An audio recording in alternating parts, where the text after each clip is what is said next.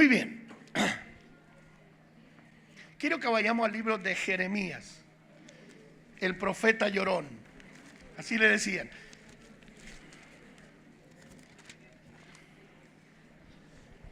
¿Cuántos tienen Jeremías? Muy bien, como ustedes son gente de avance, entonces van a avanzar un poco y van a llegar hasta Lamentaciones. Lamentaciones, no Jeremías. Son las Lamentaciones de Jeremías.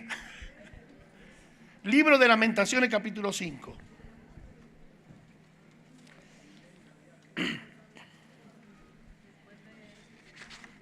Lamentaciones está después de Jeremías, entre Génesis y Apocalipsis.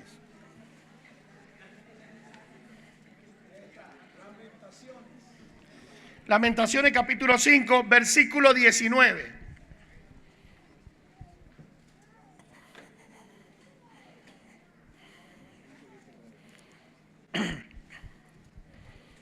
¿Lo tiene? Mas tú, Jehová, permanecerás para siempre. Tu trono de generación en generación.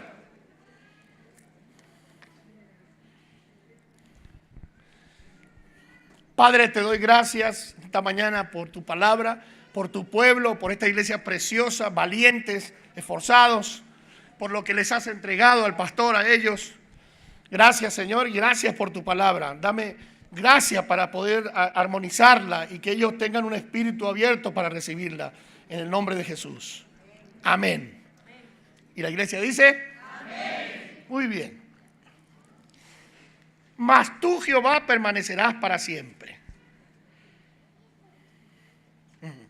Tu trono de generación en generación. A ver, fíjense qué importante, ¿no? El profeta está diciendo que Dios va a permanecer para siempre.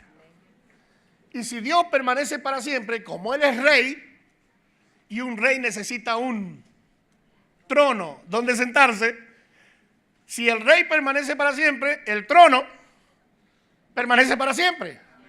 De generación en generación.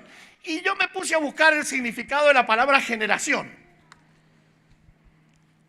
Y mire lo que dice: género o generarse. Acción de generarse. Aglomeración de personas de un mismo linaje, con una misma formación, cultura, y que actúan de manera semejante. Se lo repito, generación. Aglomeración de personas de un mismo linaje, con una misma formación, con una misma cultura, y que actúan de manera semejante. Eso es una generación. Por ejemplo, si usted tiene un traje de vestir masculino, el saco normalmente es del mismo género que el pantalón. Son de una misma generación. ¿Me estoy explicando? Es un mismo género. Luego me puse a buscar la palabra linaje, ¿verdad? Y linaje habla del origen, de dónde procede esa generación, de dónde procede esa aglomeración de personas de una misma formación, de una misma cultura y que actúan de manera semejante. Cuando hablamos de cultura, hablamos de culto. Y cuando hablamos de culto, hablamos de un Dios. Así que cuando usted dice nuestra cultura es, usted está diciendo mi adoración y mi Dios es. Eso es lo que usted está diciendo cuando habla de la palabra cultura, porque viene de culto. Y si usted habla de culto, habla de Dios. Entonces dice, esta aglomeración de personas que tienen una misma formación, una misma cultura y actúan de manera semejante, pertenecen a un linaje. Y generalmente son colocados bajo una bandera. Gente con la misma formación, la misma cultura y que actúa semejante, son una generación que están bajo una bandera que los une. La bandera que produce unidad.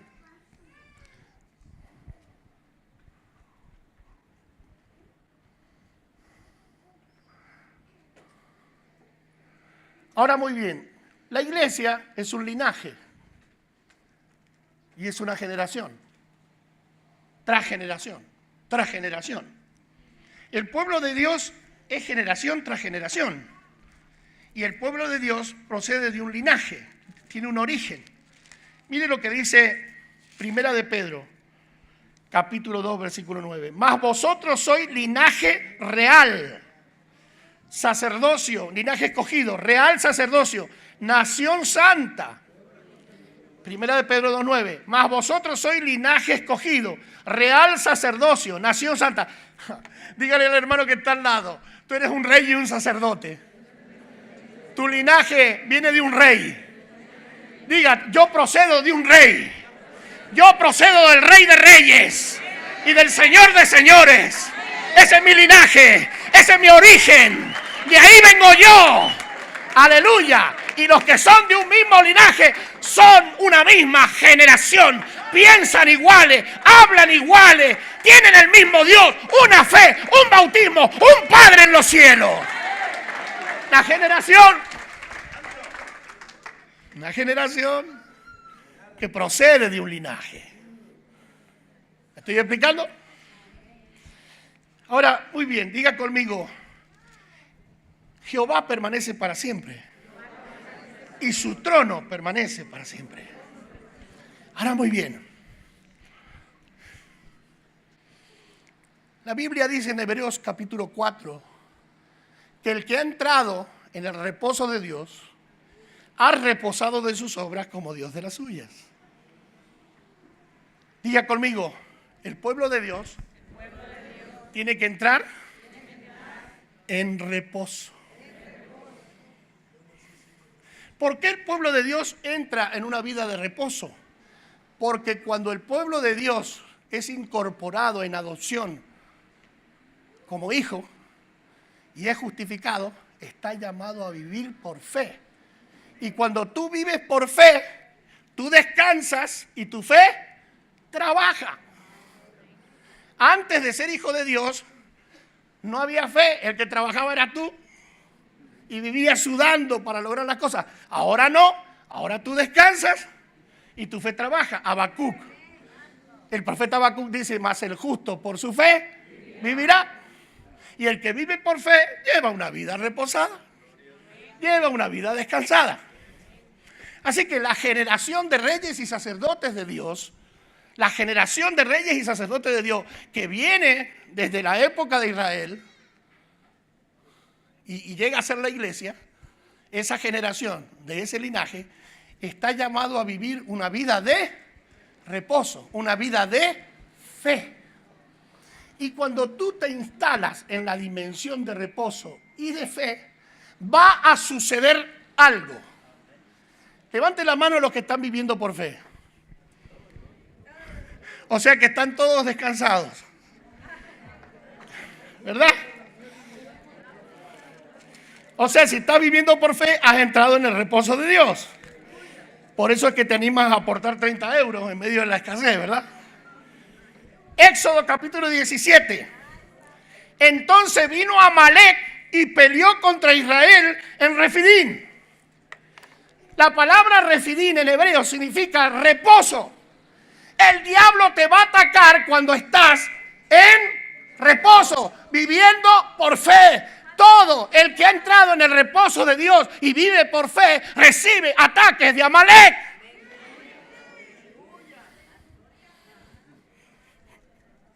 Tengo esa buena noticia para darle.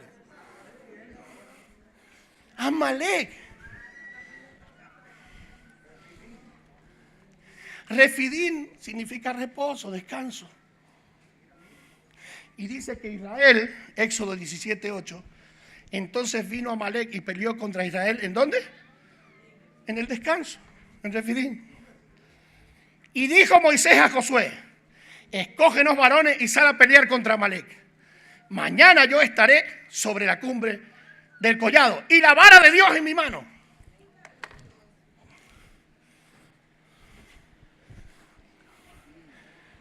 Así que Oseas que después se le llamó Josué, fue el que peleó la batalla. ¿Contra quién? Contra Amalec. Mientras Moisés subía al monte y tenía la vara en su mano. ¿Por qué Moisés no subió sin la vara? ¿Por qué subió con la vara? ¿Por qué para pelear con Amalec, cuando él viene y te ataca, cuando él te quiere quitar la paz, cuando él te quiere quitar el descanso, cuando él te quiere quitar el reposo, esa quietud, esa paz que tienes en Dios, donde estás confiado que Dios está trabajando a tu favor? ¿Por qué cuando Amalec te ataca, tú tienes que subir al monte con la vara? ¿Por qué? David lo explica: tu vara y tu cayado me infundirán aliento. Porque la vara te infunde aliento. La vara tiene un cayado. Y dice que la vara te infunde aliento en medio del valle de sombra y de muerte. Cuando viene la prueba, cuando el enemigo te ataca, cuando Amalec se levanta y viene contra ti en un estado de fe y de reposo, tú necesitas levantarte y necesitas levantar las manos y la vara en la mano. ¿Por qué la vara te infunde aliento? Porque en la vara estaban escritos todos los testimonios de los hechos de Dios. Escritos ahí. En la vara estaba escrito cómo abrió el mar rojo. En la vara estaba escrito cómo Dios sustentó a Abraham y le dio victoria sobre los 4 reinos. Así que cuando Moisés levantaba la vara y leía la vara, decía: Señor, tú nos diste triunfo en generaciones pasadas, y a esta generación también le vas a dar la victoria.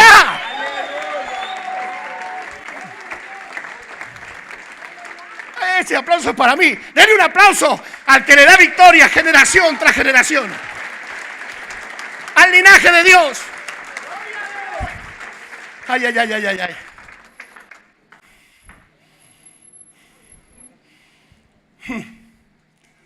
Pelear las batallas con la vara en la mano. Ahora, muy bien.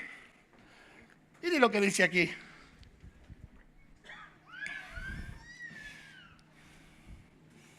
Versículo 13. Y Josué deshizo a Amalec y a su pueblo a filo de espada. Y Jehová dijo a Moisés: escribe esto para memoria en un libro. Y di a Josué que raeré del todo la memoria de Amalec debajo del cielo. Le voy a explicar algo. Amalec era descendiente de Esaú, hermano de Jacob. Esaú fue rechazado. Era un fornicario y un profano. Y Jacob obtuvo la primogenitura, se la compró, y Esaú no la valoró. La primogenitura era que todas las bendiciones patriarcales, espirituales, materiales venían sobre el primer hijo. Y él, por las cosas de este mundo, el plato de lentejas, renunció a las cosas de Dios. Y Jacob las sostuvo por medio de la fe. Y pagó un precio, renunció a las cosas de este mundo para tener la primogenitura. Y ahora las bendiciones de Dios empezaban a fluir a causa de la primogenitura. Y entonces, cuando Amalec vio eso, Amalec dijo: por esta tierra no van a pasar, yo los voy a atacar. Y estando Israel en reposo, los atacó. Ahora, muy bien. Wow, Dios me está bajando algo ahora. En este instante me está bajando algo. Yo no sabía cómo era que lo iba a enganchar y me lo dio ahora.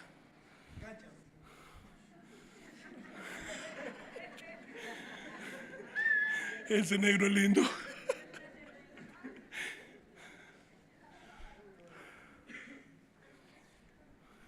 Y Amalec dijo: no, Señor, los voy a atacar.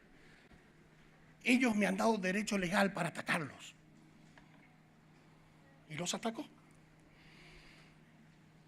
Y Jehová dice: dile a Josué que escriba para memoria en un libro que yo a Amalec lo voy a raer de la faz de la tierra, debajo del cielo. Y entonces, en el versículo 16, Éxodo 17, 16 dice: por cuanto la mano de Amalec se levantó contra el trono de Jehová, Jehová tendrá guerra con Amalec de generación. La mano de Amalec se levantó contra el trono. Y Jeremías leímos que había dicho en sus lamentaciones: Jehová permanece para siempre y su trono de generación en generación. Y ahora viene Amalec y dice que levanta la mano contra el trono de Dios, contra el gobierno de Dios sobre su pueblo. Levanta la mano a Amalec y ataca a Israel. Ataca a Israel. Y Dios ha dicho en su palabra que los iba a cortar de la faz de la tierra debajo del sol. Y luego dice: y yo pelearé contra Amalec de generación en generación. Eso está raro. Si le va a borrar el nombre debajo del cielo, en la faz de la tierra, ¿cómo es que va a pelear contra él de generación tras generación?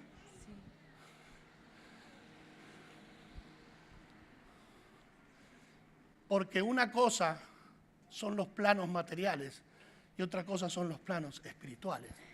Dios no dijo que lo iba a aniquilar totalmente.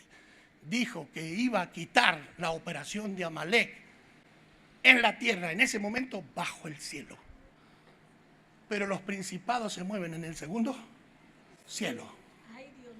Entonces ese espíritu se mete en los planos materiales y va atacando la generación y el linaje real y el sacerdocio santo de generación en generación. Ese espíritu se mete para atacar a la iglesia de generación en generación. Y que te quiere quitar el reposo, sacarte de la fe. Ahora, ¿cómo puede ser que yo le dé el derecho legal a este espíritu para que entre y me quite la paz y me saque de la posición de fe? ¿Cómo puede ser que yo le dé ese derecho legal? Ahora, yo te voy a decir algo. En la guerra espiritual, el meñique no está separado del ojo. Cuando tú le metes una patada a la pata de la cama en la mañana con el meñique, el ojo se frunce. ¡Ay!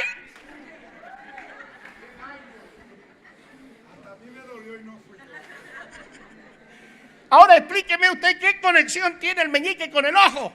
¿Por qué el ojo se cierra y siente dolor si lo que fue el meñique? Porque en la guerra espiritual el diablo no te ve a ti individualmente, te ve corporativamente. Tú eres el cuerpo de Cristo, la cabeza está en el cielo y ustedes están aquí en la tierra conmigo. Entonces, en la guerra espiritual, los ataques individuales a los miembros del cuerpo resienten el cuerpo entero. Así es. Cada vez que Amalec ataca individualmente, resiente el cuerpo. Así es. Y puede ser que no solo ataque individualmente, puede ser que ataque corporativamente, que venga un ataque sobre la iglesia. Y los ataques de Amalec son directos a quitarte la paz, y quitarte el descanso, y quitarte el reposo, sacarte de la fe.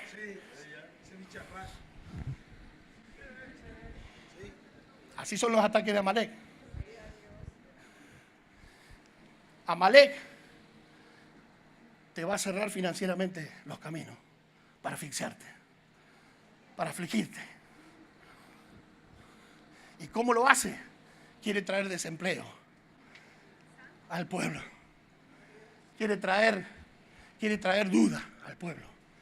Quiere traer endurecimiento, incredulidad al pueblo. De tantas maneras Amalec opera corporativamente para traer aflicción y para frenar la obra de Dios. Ahora, ¿qué es lo que le da derecho al enemigo a que ataque? Estamos en Éxodo capítulo 17, versículo 8. Entonces vino Amalec y peleó contra Israel en Refidim. Pero, ¿qué fue lo que le dio el derecho legal? Eso está del 8 para atrás. Vamos a Éxodo 17. Toda la congregación de los hijos de Israel partió del desierto de Sin por su jornada conforme al mandamiento de Jehová y acamparon en Refidim y no había agua para que el pueblo bebiese. Y altercó el pueblo con Moisés.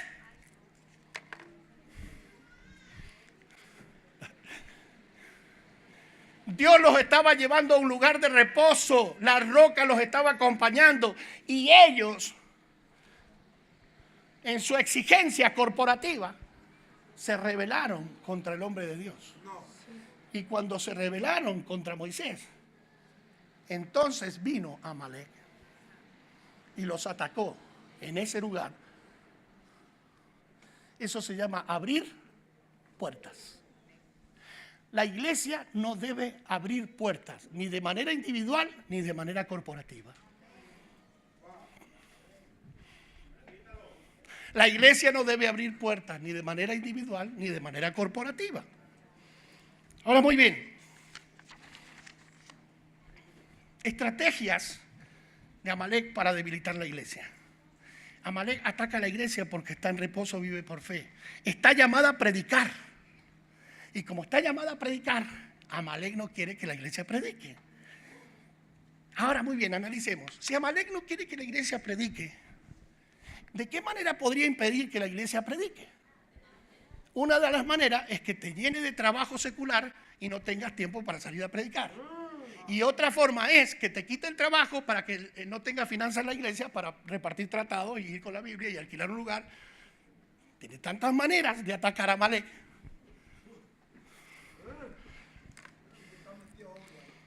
Ok. La iglesia es atacada porque predica. La iglesia es atacada en su unidad. Lo que va a buscar Amalek, el enemigo, es romper la unidad de la iglesia. ¿Qué quiere romper? La unidad. ¿Y cómo la rompe? ¿Cómo el enemigo rompe la unidad de la iglesia? Mire, fíjese, el Salmo 2. Por favor, ponlo ahí, lo leemos. Salmo 2. Este es un salmo profético, donde las naciones se juntan contra el Mesías y contra el cuerpo de Cristo. Salmo 2. ¿Lo tenemos? Amado, ¿tenemos el Salmo 2 ahí?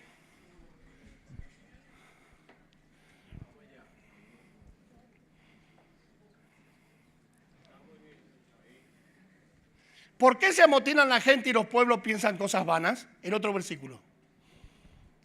Se levantarán los reyes de la tierra y príncipes consultarán unidos contra Jehová y contra su ungido. Y el otro. Rompamos sus ligaduras y echemos de nosotros sus cuerdas. El enemigo busca romper las ligaduras del cuerpo de Cristo. Busca romper la unidad. Si yo te corto el tendón que une el antebrazo, ¿verdad? Si yo te rompo el tendón, tú no puedes mover más el brazo. Te inutilizo. Por eso dice, rompamos la ligadura. ¡Ta! Ahora, ¿qué es lo que mantiene a la iglesia unida? ¿Qué es? Es un elemento, el amor. ¿Qué la mantiene unida? El amor. Así que Amalek ataca a la iglesia porque la iglesia predica y porque la iglesia manifiesta el amor de Cristo a través de la unidad. Por eso en la oración sumo sacerdotal de Juan 17 dice que sean uno para que el mundo crea que tú me enviaste.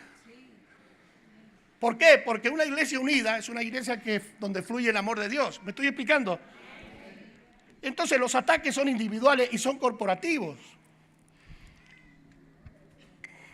La iglesia enseña la palabra de Dios, por eso también es atacada.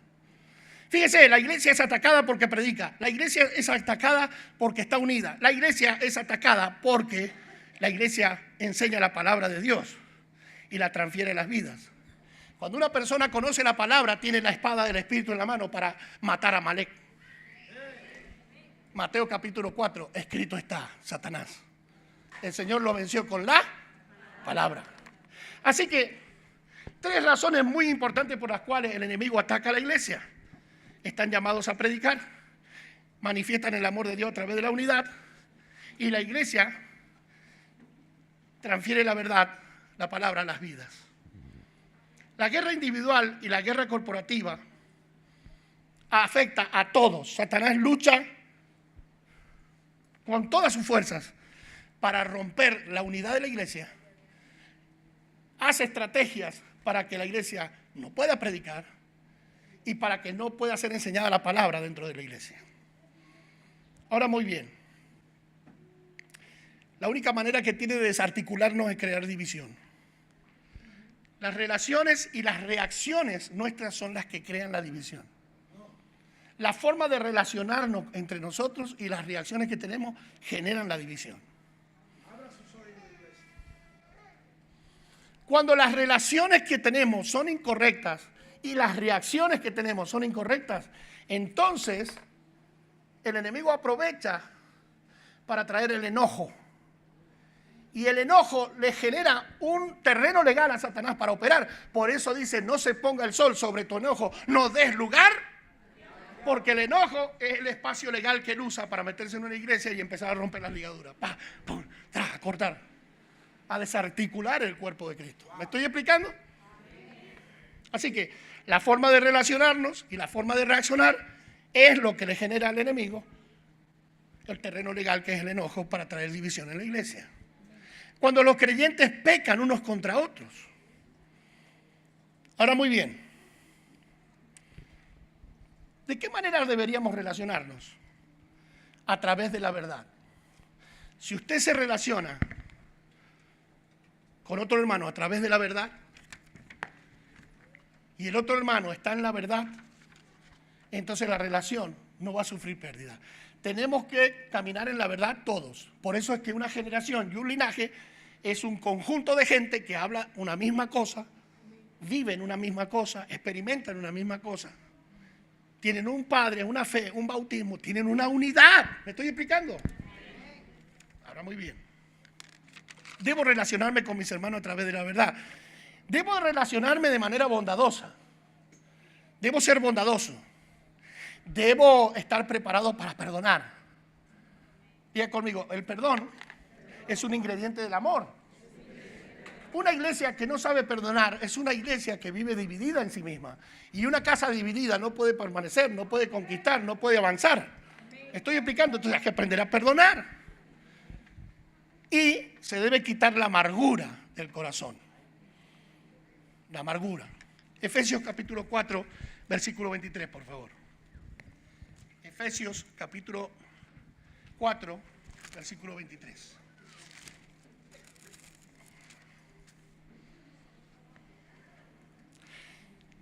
Y renovados en el espíritu de vuestra mente y vestidos del nuevo hombre, creado en la justicia y santidad de la verdad, por lo cual, desechando la mentira, hablad verdad cada uno con su prójimo, porque somos miembros los unos de los otros.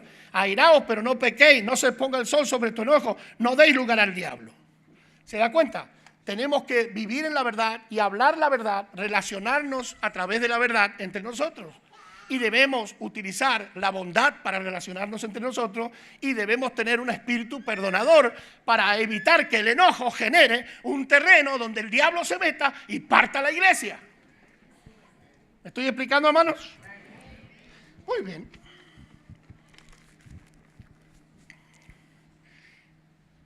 La división viene cuando los creyentes se relacionan mal los unos a los otros. La división viene cuando se pierde el amor.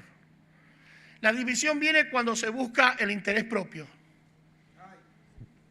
cuando hay agendas privadas por encima del bien común. Y la división viene cuando la iglesia no ve las cosas como Dios las ve. Y quiero hacer énfasis en eso. La división viene cuando la iglesia ve las cosas diferentes a como Dios las ve.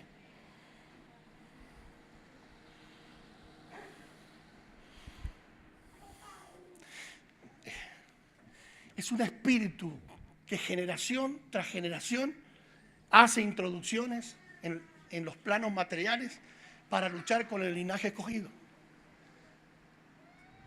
Amalek te quiere robar el matrimonio. Amalek te quiere destruir la economía. Amalek te quiere robar tus hijos. Amalek quiere sacarte del reposo, del descanso y que andes en tus fuerzas. Amalek te quiere desbaratar. Es un espíritu que entra, que viene contra el linaje de Dios. ¿Me estoy explicando, amados? Para pelearlo necesitas subir, elevarte. Si estás pasando situaciones en tu familia, en tu matrimonio, en tu economía, si estás pasando situaciones delicadas, estás bajo la prueba, bajo la lucha, no es tiempo de actuar de una manera diferente a lo que dice la Escritura.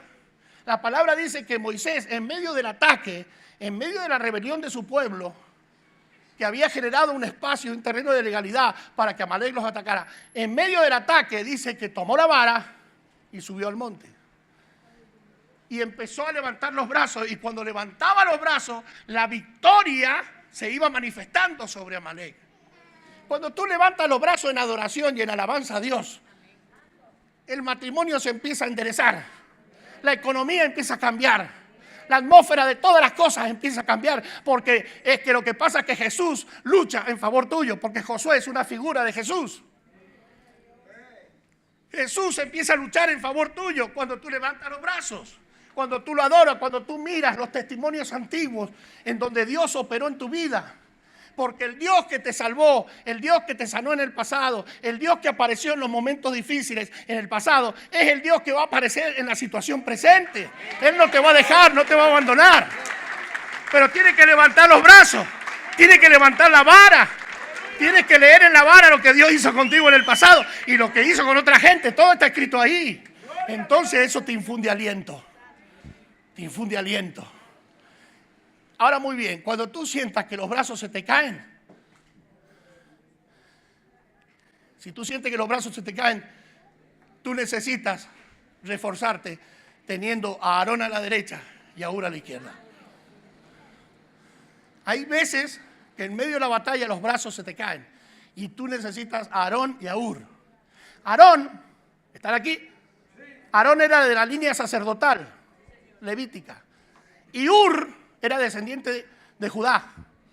Alabanza. Mete el sacerdocio, que es la oración, a la derecha, y mete la alabanza a la izquierda y levanta la vara y vas a ver cómo la victoria empieza a aparecer, hermano. La victoria empieza a aparecer. Empieza a aparecer la victoria, hermano.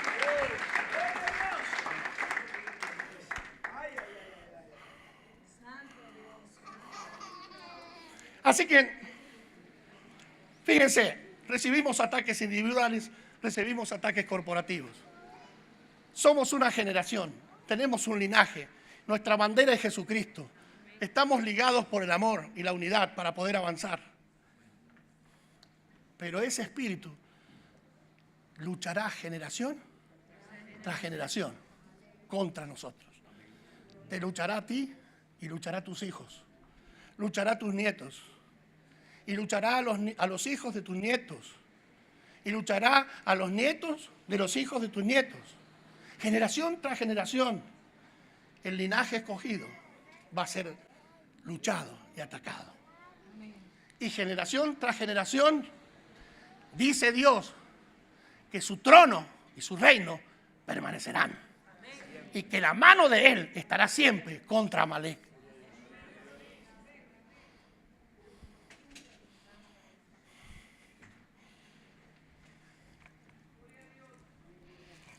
A veces nosotros nos limitamos a ver personas, vemos personas en medio de nuestras luchas y no nos damos cuenta que es el enemigo, hermano. Esa puerta laboral que se te cierra no son los hombres. Esa puerta laboral que se te cierra no son los hombres. Es el enemigo, hermano.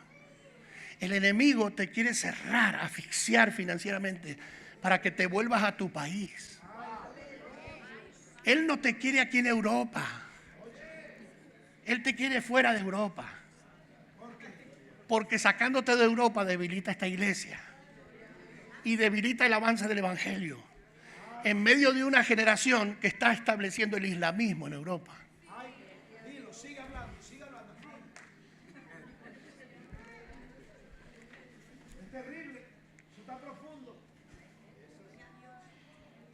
La generación y el linaje de Jehová, de Abraham, de Isaac y de Jacob, tiene una cultura se han aglomerado bajo una adoración y un Dios que se llama Jehová de los ejércitos. Pero hay otra generación y otro linaje que tienen una cultura diferente y adoran a Alá. Entonces, la multiplicación de un español familiarmente es del 1.3 por familia. Eso significa que en 100 años no se puede revertir esa situación demográfica y tiende a desaparecer esa cultura. El 1.3 el español. El Islam se multiplica por familia el 8.2. Quiere decir que en 20 años, 25 años, esta Europa que ustedes ven no será la misma. Bueno, esa es una... Fíjese, mire lo que ha dicho. Fíjese, lo que pasa es que cuando hablamos de cultura, hablamos de Dios. Si viene el cambio de cultura, viene el cambio de culto. Y viene el cambio del Dios que adoramos. Entonces no va a ser Jehová. ¿Quién va a ser el adorado? Entonces, amados, Dios es un Dios de propósito. ¿Usted cree que Dios lo ha traído a usted a Europa para juntar euros? No, no solamente lo ha traído para eso, hermano. Dios tiene propósito, quiere salvar gente.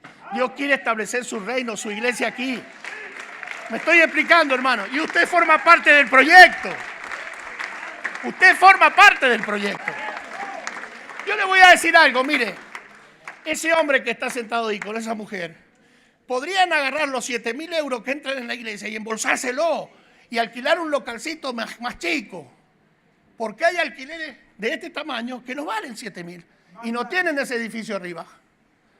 Porque acá lo que le están cobrando es el segundo piso, el tercer piso y el cuarto piso. Pero él podría agarrar los 7.000 y decir, no, voy a alquilar uno de 3.000 de este tamaño, sin nada arriba. Y ahí nos vamos a quedar y me voy embolsando los otros 4 para adentro. Pero no lo ha hecho. El hombre es un visionario. El hombre sirve a Dios. El hombre sirve a Dios. El hombre le está poniendo el dinero a Dios.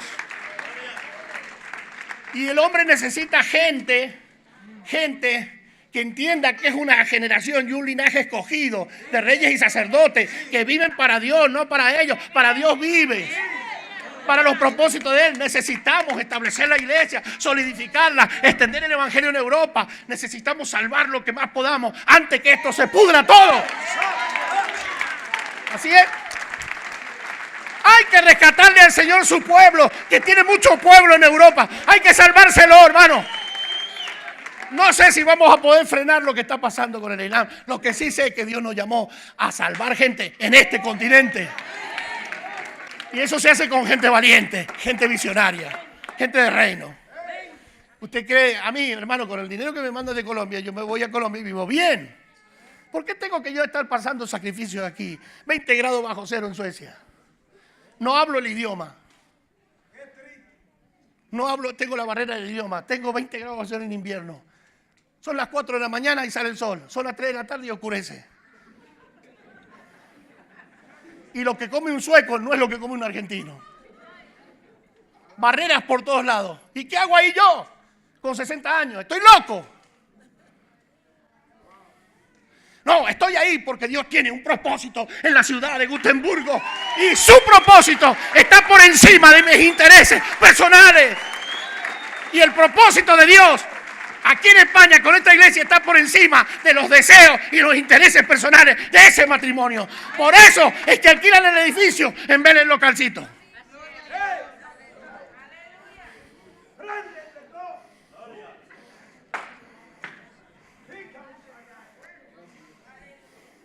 Levanten la mano los que van a poner los 30. Que van entendiendo. Que cómo van entendiendo. Diga conmigo, yo pertenezco a una generación y a un linaje escogido. Diga, yo soy un rey y una reina, un sacerdote, una sacerdotisa de Dios. Y he sido llamada a vivir en reposo, en la fe, En descanso. No debo generar espacios de legalidad para que Satanás me ataque. No genere división en la iglesia. No genere chisme.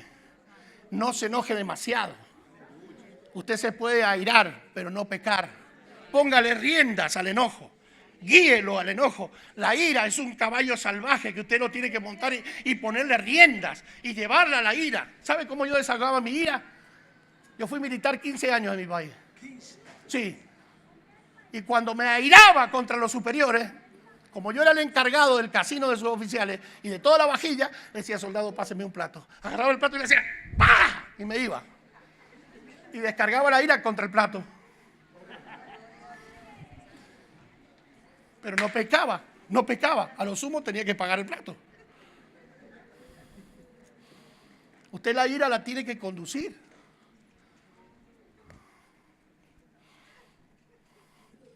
Diga conmigo: soy un linaje escogido. Pertenezco a una generación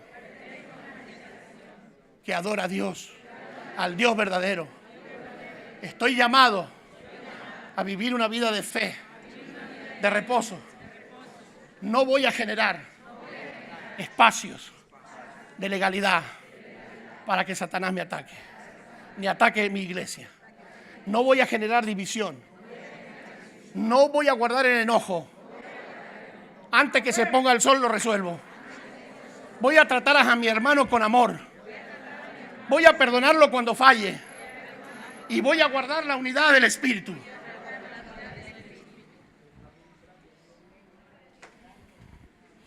Ok. ¡Oh, gloria a Dios!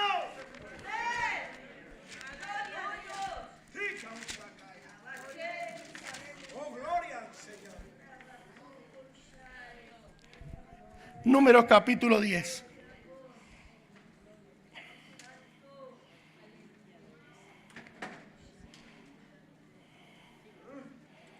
Números capítulo 10. Así partieron del monte de Jehová camino de 3 días. Y el arca del pacto de Jehová fue delante de ellos. Y caminó de 3 días buscándoles lugar de descanso. Y la nube de Jehová iba sobre ellos de día.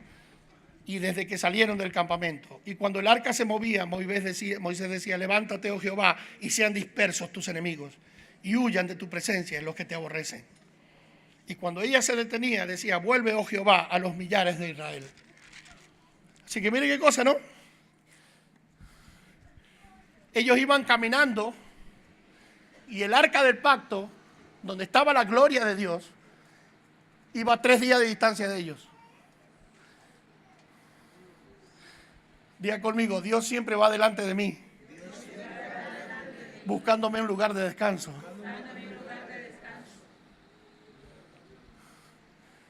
Dios siempre se anticipa a tus necesidades. Por eso Jesús dice que el Padre sabe de qué tienes necesidad antes que se lo pidas. ¿Por qué? Porque Él va 3 días delante tuyo, buscándote un lugar de descanso.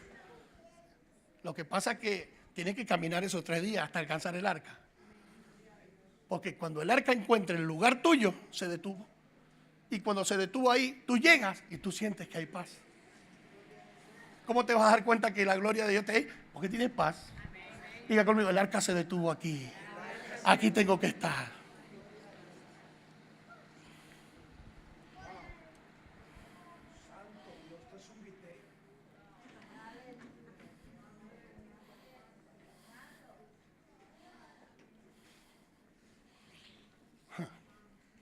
Es una guerra, hermano, una batalla. Es una batalla. Generación tras generación, ese espíritu lucha, hermano, te lucha a ti, lucha a tus hijos, lucha a tus nietos, te trata de dividir el hogar, te trata de producir el divorcio. ¿Cuál es la mejor manera de evitar que Amalek se meta dentro del matrimonio? Es siendo sabio, hay que ser sabio. El amor no es sexo, el amor es una construcción emocional que solamente la puede hacer gente madura. Y gente que no está centrada en sí mismo. Dice el libro de Proverbios que la contienda viene por el orgullo. Donde hay contienda hay personas orgullosas y egocéntricas. Pero donde hay personas, donde Cristo es el centro, hay paz en ese lugar. Donde Cristo es el centro de tu vida, hay paz en tu casa, hay paz en tu matrimonio.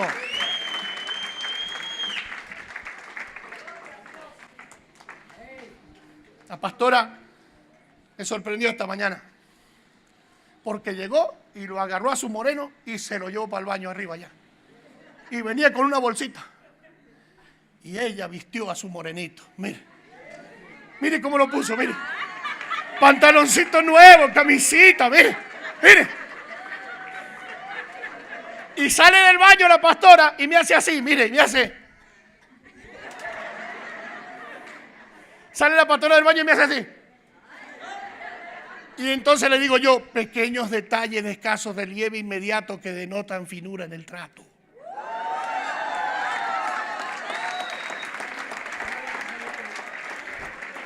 Repítalo conmigo, el amor se mantiene con pequeños detalles de escaso relieve inmediato que denotan finura en el trato. No menosprecies el chocolatito, no menosprecies la flor. Tómala de la manito, llévatela a cenar a un lugar bonito. Escúchala como ella se siente. No permita que Amalek se te meta.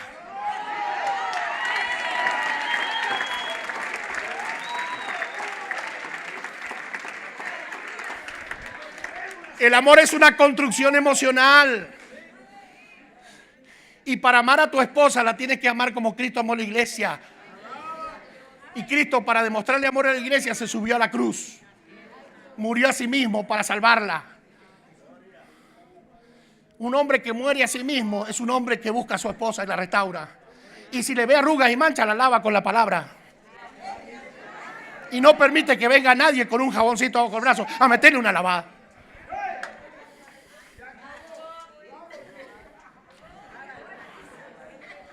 No permita que Amalek se te meta en el matrimonio. No permita que Amalek se te meta con los hijos.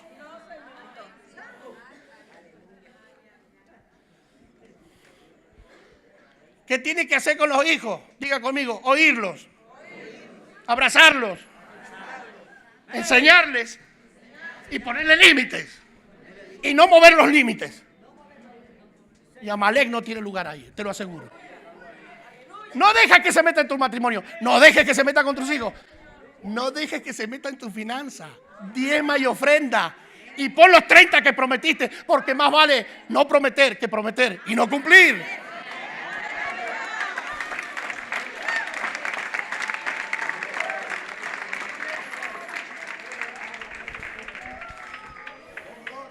No dejes que se te meta en la mente.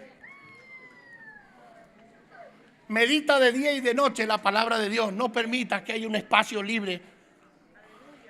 No estés ocioso, porque cuando estás ocioso, las áreas débiles de tu persona son las que te inclinan a cometer pecados.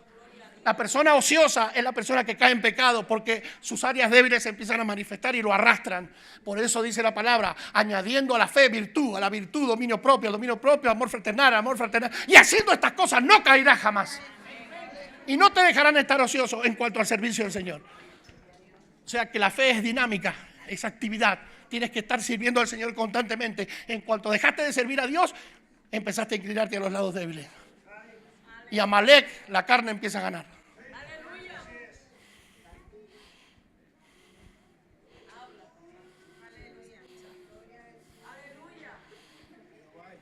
Diga conmigo, en mi matrimonio no, diablo. Con mis hijos tampoco. En mis finanzas menos. Y en mi salud tampoco.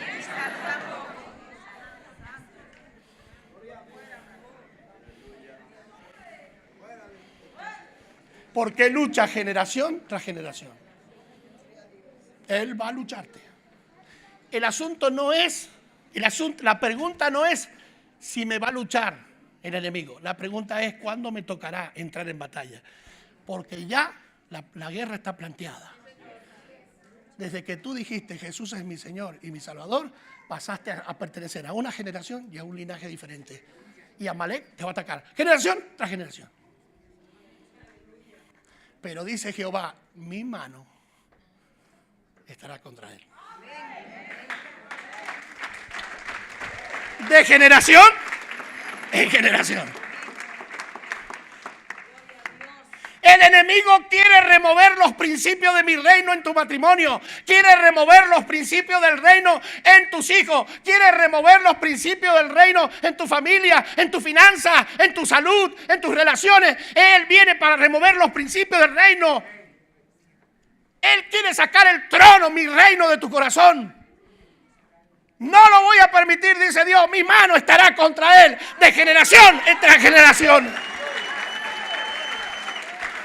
El trono de Dios permanece para siempre, de generación en generación. Y Amalek ha levantado la mano contra el trono de Dios.